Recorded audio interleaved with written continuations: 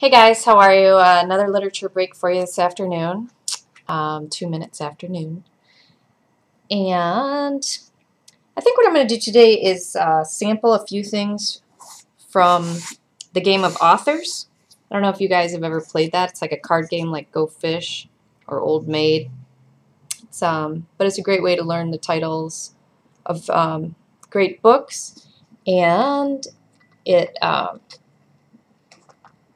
basically I grew up playing it when I was a kid during summers at my grandma's summer place. And this past summer I was back there and played with my cousins, and we had a great old time. And I thought, you know what, I haven't really read most of these books, even though they seem as if they're way down in the base of everything that matters. So I'm gonna try to read them all. And they have a good little reading challenge list on Goodreads, and then there's another list, and I'll put the links at the bottom for you guys if you want to do that too. And anyway, so I've got 4 of them. So I'm just going to do a smidgen out of each. So this is Idylls of the King by Alfred Lord Tennyson. And this is a great edition. This is, this is, can you see that? Yeah, there you go. I mean, it's beautifully illustrated. Let's see, who is this? Illustrated by Robert Ball. So this is, ooh, Idylls of the King.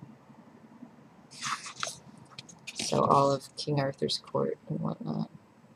Anyway, all right. Fair host and earl, I pray your courtesy, this sparrowhawk, what is he? Tell me of him. His name? But no, good faith, I will not have it. For if he be the knight whom late I saw ride into that new fortress by your town, white from the mason's hand, then have I sworn from his lips to have it. I am Geraint of Devon. For this morning when the queen sent her own maiden to demand the name, his dwarf, a vicious undershapen thing, struck at her with his whip, and she returned indignant to the queen. And then I swore I would track this caitiff to his hold, and fight, and break his pride, and have it of him. And all unarmed I rode, and thought to find arms in your town, where all the men are mad. They take the rustic murmur of their burg for the great wave that echoes round the world. They would not hear me speak, but if you know where I can light on arms, or if yourself should have them, tell me, seeing as I have sworn that I will break his pride and learn his name, avenging this great insult done to the queen. So that's just a little smidgen of the great language in that one. Lots of intensity. And then this is Song of Hiawatha that I got free on Kindle. So, you know, it doesn't look like much, I guess. Wow. Wow. Gosh, that is... Oh, whatever. Strangers seemed, they in the village, very pale and haggard were they, as they sat there sad and silent, trembling, cowering with the shadows.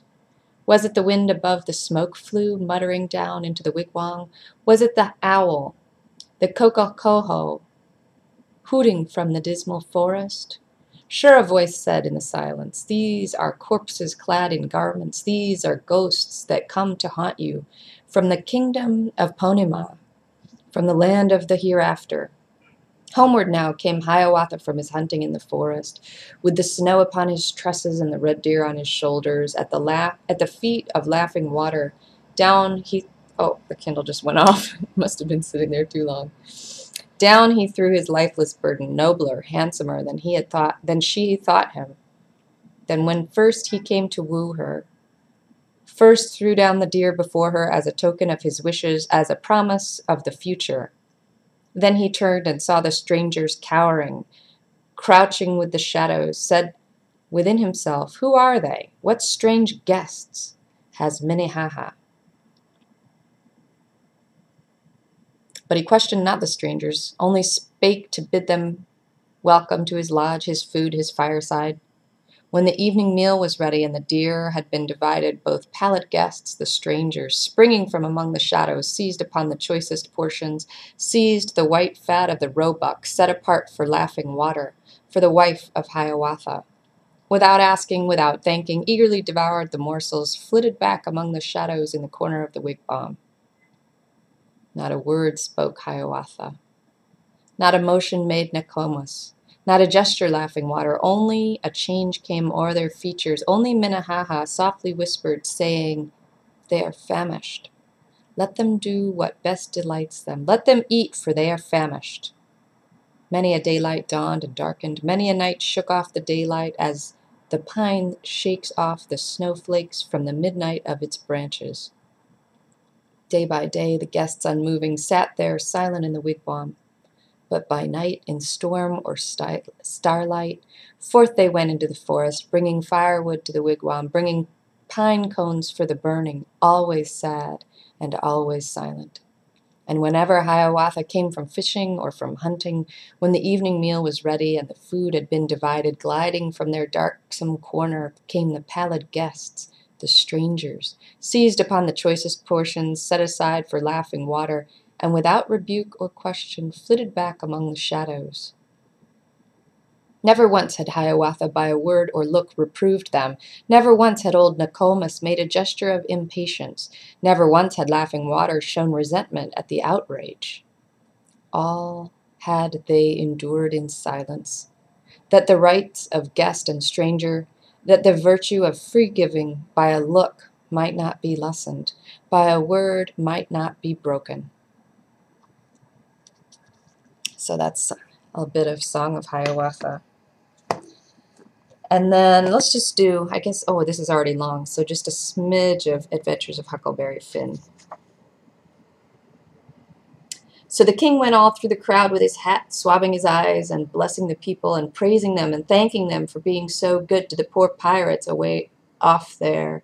And every little while the prettiest kind of girls with the tears running down their cheeks would up and ask him, would he let them kiss him for to remember him by, and he always done it.